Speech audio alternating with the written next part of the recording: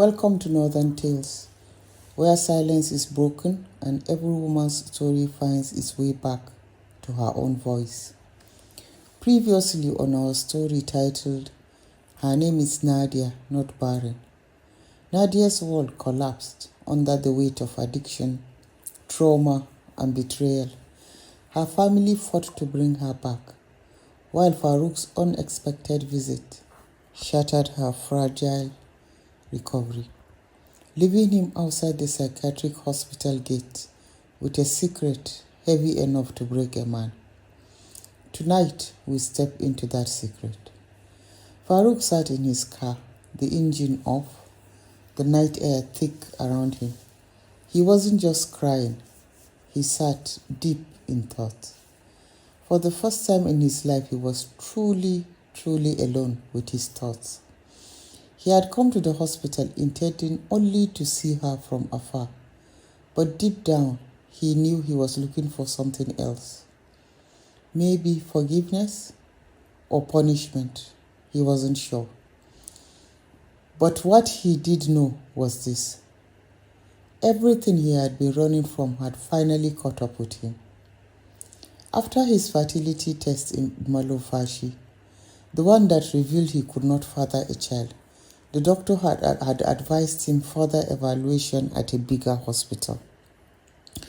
Farouk didn't tell a soul, not his mother, not his sisters, not Nadia, not even Hadiza, the new wife his mother married for him.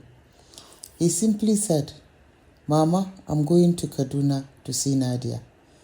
His mother had sighed loudly, rolling her eyes. "Again? Haba Farouk, haven't you done enough for that girl? Focus on your new wife. She is young, fertile, and from a good family. Stop disgracing us." He didn't argue.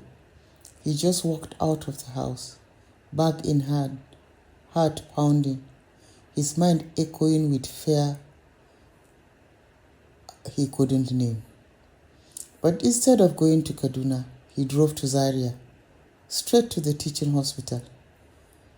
After seeing the doctors ordered everything: blood tests, hormonal panels, scrotal ultrasounds, genetic screening, and finally, he had a testicular biopsy. He remembered lying on the cold table, staring at the ceiling while the surgeon spoke calmly about sample extraction and microscopic evaluation. He remembered nodding even though his hands were shaking uncontrollably. He remembered the smell of antiseptic, the bright surgical light, the quiet hum of machines, the tightness in his chest. Every day after each test, he stayed in a small hotel room behind the hospital, a cheap, dim place with flickering bulbs and a mattress that sank in the middle. At night, he barely slept. He paced, he prayed, he imagined worst-case scenarios, he imagined best-case scenarios. Mostly, he imagined himself as a failure. The call came on a Thursday morning. "Alhaji Farouk, your results are ready." His heart dropped. He walked into the consultant's room with sweat-soaked palms. The doctor wasn't unkind, just clinical and professional, direct and devastatingly calm. "Your biopsy shows azoospermia," he said gently. "There are no sperm cells present in your sample." Farouk blinked. Once, twice. His ears rang loudly. The doctor continued, but the words were far away. All he could hear was no sperm production, not reversible. Options include donor sperm, adoption, but all Farouk had was, "You cannot father a child." He sat very still, like a man shot but unaware he was bleeding. He nodded politely, as if accepting a business proposal. He walked out quietly. He got into his car. Then he broke down. Not loudly, not dramatically, just one long shuddering sob that ripped straight from somewhere deep inside him. He stayed in Zaria for days after the result. When his mother called, he told her, "I'm still in Kaduna. Nadia needs support." She snorted, "What support? Please leave that girl alone and return home. Hadiza is waiting for you." He couldn't answer. Every time his mother spoke, guilt stabbed him like a knife. She pushed him to marry a 15-year-old girl because she believed Nadia was the problem. She blamed Nadia for the infertility that was never hers, carrying. And Farouk had let her. He had allowed his mother to insult Nadia, to humiliate her, to call her useless, to pressure him into another marriage. And every time he had stayed silent, because silence was easier than truth. He spent the rest of that month drifting, driving aimlessly, sleeping poorly, eating almost nothing. Some days he sat in his car for hours, staring at nothing. And yet, he still told no one. Not his mother, who worshipped the idea of grandchildren, not Hadiza, who was barely a child herself, not even himself in a truthful way. He carried the diagnosis like a stone in his chest. Heavy, shameful, suffocating. Farouk returned home to Katsina like a man whose soul had cracked somewhere on the road. He moved like a ghost, not talking, not eating properly, not sleeping, just existing. His mother called his name 3 times one evening before she realized he wasn't ignoring her. He simply didn't hear her. His eyes looked distant, his face hollowed. He walked past Hadiza without a word. The girl watched him, confused, frightened, tugging nervously at the hem of her wrapper. At night, Farouk lay awake, staring at the ceiling. Sleep refused him. Rest denied him. And for the first time, he understood what Nadia's addiction had felt like. He understood the kind of pain that makes someone swallow pills just to silence their own mind. He understood the desperation of needing sleep so badly you would trade your sanity for it. In that darkness, Farouk whispered, "So this is what she was fighting." He buried his face in his pillow and let silent tears soak into the fabric. He needed something, anything to hold on to, something to stop him from falling apart entirely. And that thing was anger. Not at Nadia, not at himself, but at the headmistress, the woman who supplied his wife with pills that ruined her life.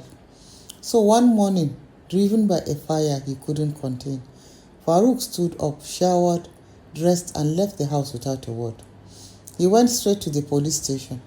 Farouk reported the headmistress formally. Her involvement in supplying Nadia controlled medication, her manipulation of Nadia.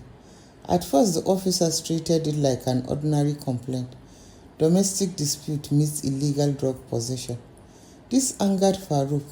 He decided to take the case to the Permanent Secretary Women Affairs, Hajiya Kilishi, a well-respected woman that lost her daughter to drug addiction. She has been very vocal about the ills of drug abuse on the media. Once the complaint got to the Ministry of Women Affairs, this was the moment everything exploded. Within hours, the ministry contacted the NDLEA, National Drug Law Enforcement Agency. The NDLEA officers listened closely, asking Farouk questions. How long has she been using? Who else knew? Who supplied her? What did she say about other women? Farouk told them everything he knew, which wasn't much, but it was enough. The NDLEA opened an investigation, and they undertook what they uncovered shook northern Nigeria. What seemed like a simple complaint led to the arrest of several elderly, so-called respected women across Katsina, Kano, Zamfara, Borno, and Sokoto. These women were teachers, market leaders, community aunties, mothers and grandmothers who looked holy, quiet, disciplined, all hiding a secret. A secret addiction passed quietly among them.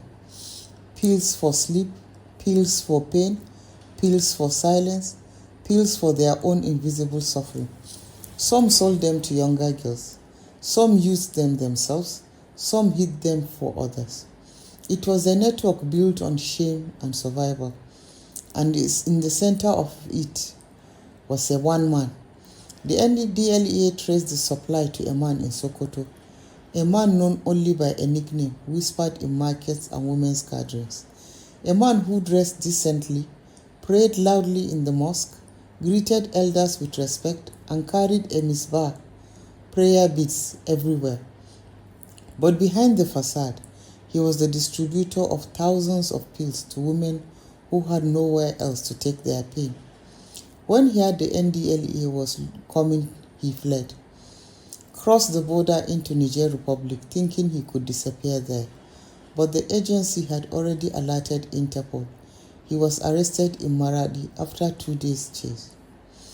His phone contained names, women from all over northern Nigeria, women society would swear were angels. When Farouk heard this, he sat down slowly. He covered his face because he realized something painful. Nadia's story was not rare. Her suffering was not isolated. Her pain was not madness. It was a mirror of the silent epidemic among women society expected to be perfect while giving them no room to breathe. After the headmistress was arrested, Farouk moved through life like a shadow, pretending, lying, acting as if his entire world wasn't collapsing from the inside. He spoke less, he ate barely, he slept almost not at all. His mother watched him closely, sensing something was wrong, but she blamed everything on Nadia's condition. This boy still loves that girl too much, she complained to her sisters. It is her madness that is worrying him. She had no clue it was his own truth killing him quietly. One early morning, 2 days before Farouk's visit to see Nadia, he heard it, the unmistakable sound of someone retching violently in the bathroom. He sighed irritably. Everything irritated him now. Noise, movement, breath, even life. He pushed open the bathroom door. Hadiza was on the floor, her small body curled, her face pale as she reached into a bucket. She looked up at him with watery eyes. "I'm sick," she whispered. Farouk didn't even move toward her. He simply stared, blank, distant, exhausted.